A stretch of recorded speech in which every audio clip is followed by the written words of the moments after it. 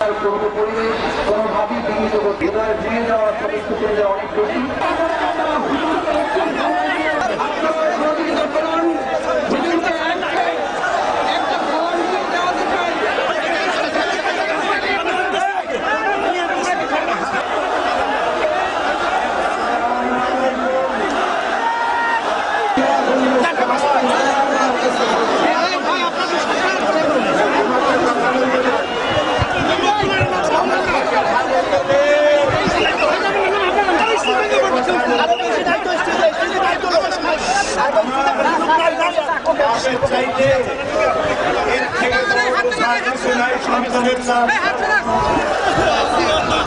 আল্লাহ তুমি তাকে জান্নাতুল ফেরদাউস মাত্র কয়েক মাস আগে আমার মায়ের জানাজা পড়ায় গেল।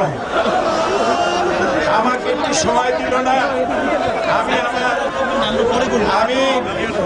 আমি যে আমার মহিলাদেরকে আমার মা মারা গেলেন, আমার ভাইকে সান্ত্বনা দেবো, আমাকে সময় দেওয়া হলো। আমার কলেজের টুকরা বুলবুল রফিক বিন সাইদি গতকাল চলে গেছে।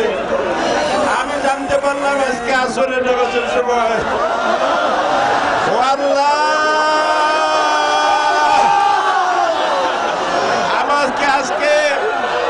আমাকে কথা বলতে দিন, আমাকে কথা বলতে দিন।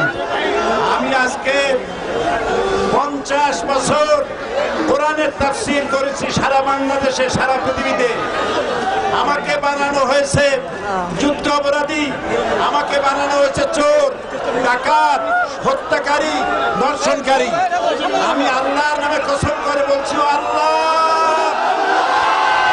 তোমার জাতের কসম, তোমার ইজ্জতের কসম, তোমার সম্মানের কসম, 1971 সনের এক ফোঁটা পানি বা কাদা আমার গায়ে লাগে নাই, লাগে নাই, লাগে নাই। আমার শুধু কাজ ছিল কোরআনের প্রচার করা। নাস্তিকবাদীরা সহ্য করতে পারে নাই, জালিমরা বরদাস্ত করতে পারে নাই, যার জন্য আমাকে বন্দী করে রেখেছে।